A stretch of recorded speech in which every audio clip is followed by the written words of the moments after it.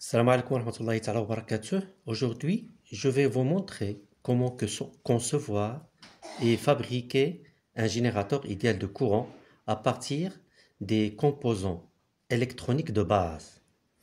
Premièrement, qu'est-ce qu'un générateur idéal de courant? Un générateur idéal de courant, c'est un générateur qui fait circuler à l'extérieur une intensité constante indépendante de la charge du circuit extérieur, c'est-à-dire indépendante de la DDP entre ses bornes.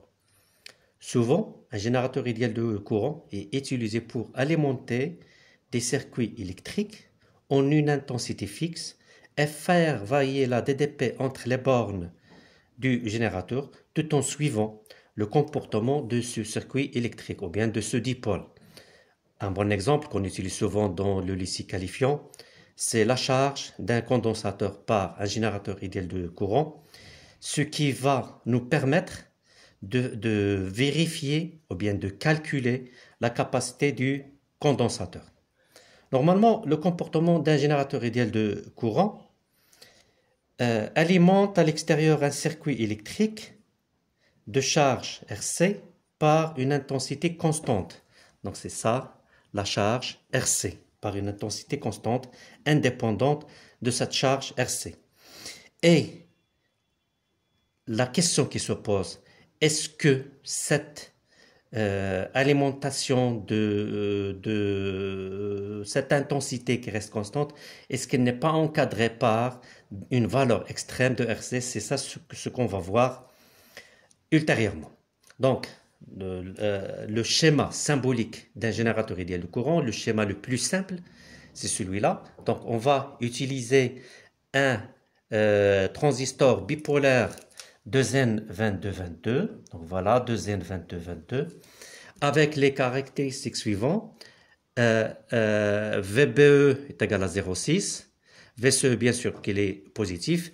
Et que bêta, le facteur de multiplication ou bien d'amplification, est environ 200. On va aussi utiliser une diode Zener avec une tension Zener VBZ ou bien UZ ou bien VZ 6,2 volts. Aussi une résistance R1. Ça, c'est la résistance de charge. Une résistance au niveau de l'émetteur qui est variable dans les environs de 2 kΩ et une alimentation de 15 volts. Un transistor, une petite vue sur un transistor, il est composé de deux boucles ou bien de deux circuits.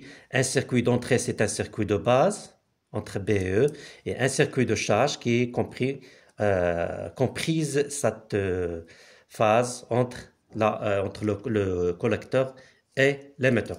Premièrement, je vais calculer l'intensité IC.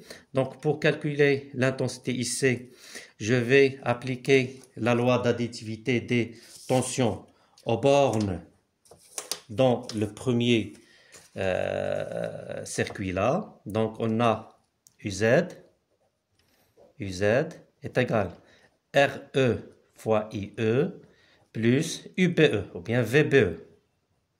C'est-à-dire que IE est égal à UZ moins VBE sur RE.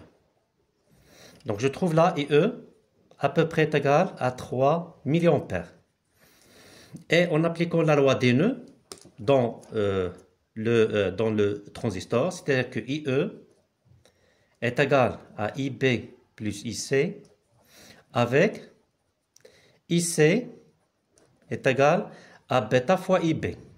Et puisque bêta est égal à peu près 200, c'est-à-dire que IB est égal à IC sur bêta, donc il est très inférieur à IC. Donc IC est égal à peu près IE, est égal à peu près 3 mA. C'est-à-dire que ce générateur idéal de courant délivre une tension constante, IC est égal à peu près 3 mA.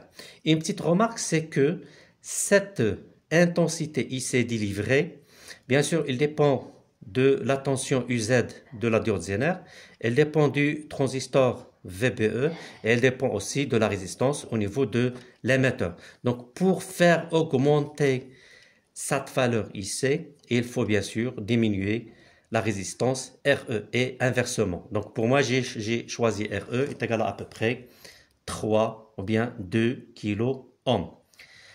La deuxième question, c'est que est-ce que cette valeur est toujours constante, quelle que soit la valeur de RC? La réponse est non. C'est-à-dire que ce générateur idéal de courant délivre cette tension constante à une condition, laquelle on sait qu'au bord d'un condensateur, on n'a que VCE est toujours positive, donc VCE ou bien UCE, VCE est toujours positive, supérieure ou égale à 0. Donc VCE est égal, VCE est égal, toujours on applique la loi de l'additivité des tensions, donc est égal à VCC moins RC plus RE fois IC. Donc pourquoi j'ai mis ici RC plus RE fois IC? J'ai considéré que IC est égal à peu près IE. Donc VCC, c'est-à-dire que VCC moins RC plus RE fois IC est supérieur ou égal à 0. Et ça veut dire que RC, elle doit être inférieure ou égale à une charge maximale qui est égale à VCC moins RE fois IC sur IC. Donc ici, c'est à peu près 3 kΩ. Donc c'est-à-dire que ce générateur idéal de courant fonctionne ou bien génère une intensité constante de 3 mA à une condition que cette charge ne doit pas dépasser 3 kΩ. Pour la fabrication de ce générateur, donc c'est très simple et qui ne va pas coûter trop cher, même pas 10 dirhams. Donc voilà le schéma symbolique et voilà le montage réel. Donc le montage réel est constitué de quoi? Donc on a ici une résistance, ça c'est R1, on a une diode Zener UZ, on a ça c'est un potentiomètre, c'est RE, et là on a c'est le condensateur. C'est pas le condensateur, c'est le transistor de Zen 2222. Ça, ce sont les bornes de l'alimentation VCC et ça, ce sont les bornes de la charge RC. Donc, il faut prendre en considération deux choses. Ça, c'est un potentiomètre pour faire varier IC. VCC, normalement, il doit être largement supérieur à 6,2, c'est-à-dire la tension Zener, et que ce générateur idéal de courant peut générer une intensité constante dans les environs de 3 mA à condition que la charge prise entre les bornes de ce générateur ne doit pas dépasser 3 kΩ. Merci à vous.